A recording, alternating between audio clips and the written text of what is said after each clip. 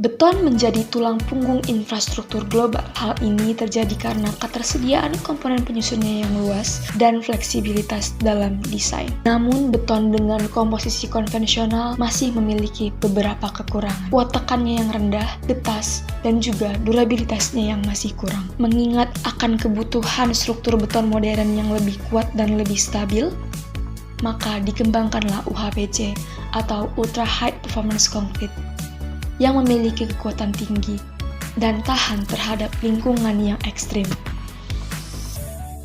Beton ini dibuat dengan komposisi material yang sangat halus, rasio air semen di antara 0,15 dengan 0,25, yang kemudian diperkuat dengan serat baja atau serat sintetis, sehingga menghasilkan beton di atas 120 MPa. UHPC menerapkan 3 prinsip utama, yaitu peningkatan homogenitas, peningkatan kerapatan, dan peningkatan kelenturan atau daktilitas. Meskipun rasio air binder yang digunakan sangat rendah, UHPC mampu mengalir sendiri seperti self-compacting concrete atau SCC. Hal ini karena penggunaan dosis super plasticizer yang sangat tinggi. Kinerja mekanik UHPC sangat kuat karena kekuatannya didukung oleh mikrostruktur yang padat, dan juga serat-serat yang mampu untuk mengontrol retak agar tidak langsung berkembang menjadi satu retak yang besar.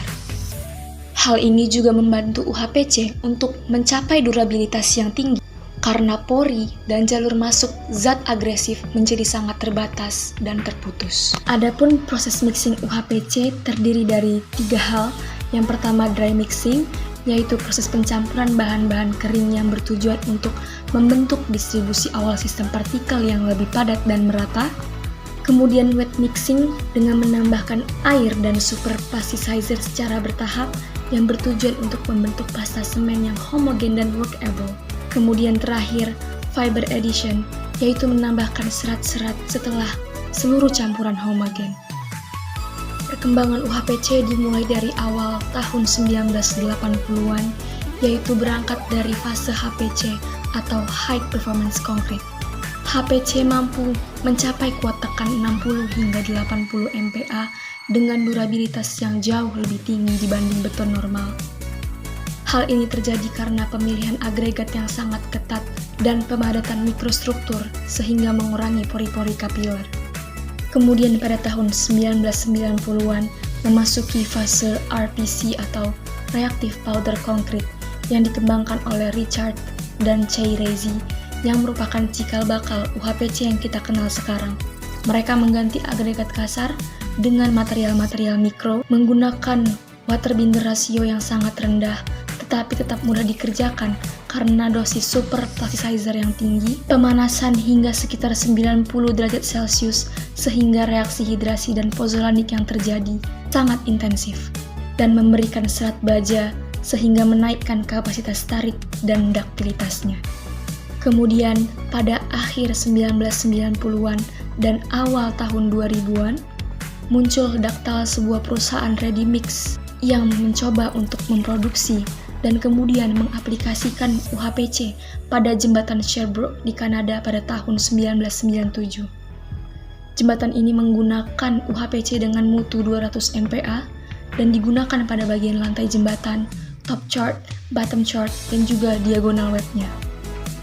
Kemudian pada tahun 2000 hingga 2010 muncul French recommendation dari AFGC Setra, yaitu Ultra High Performance Concrete First Recommendation and Examples of Application, yang memberikan kerangka kerja resmi untuk pemakaian UHPFRC. Namun, hingga saat ini belum ada standar internasional yang benar-benar diperuntukkan untuk UHPC.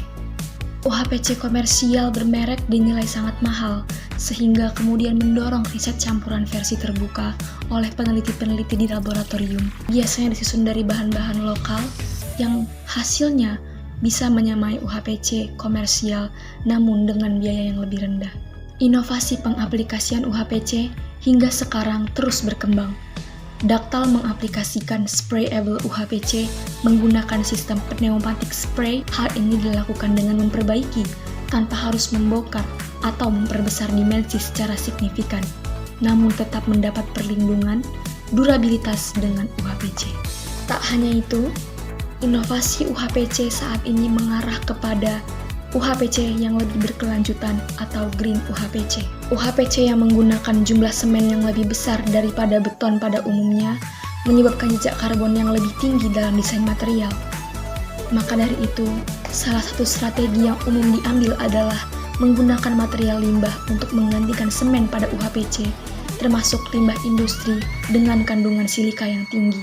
Beberapa jenis limbah-limbah pertanian yang banyak mengandung pozolan mampu mempertahankan kinerja mekanik dari UHPC karena reaksi pozolanik dan efek pengisi mikro yang memperpadat matriks. Namun, kadar penggunaan limbah-limbah ini harus tetap diperhatikan karena kadar yang tinggi dapat menurunkan kekuatan akibat penyerapan air yang berlebih dan membentuk rongga-rongga. Sekian mengenai UHPC, terima kasih telah menonton.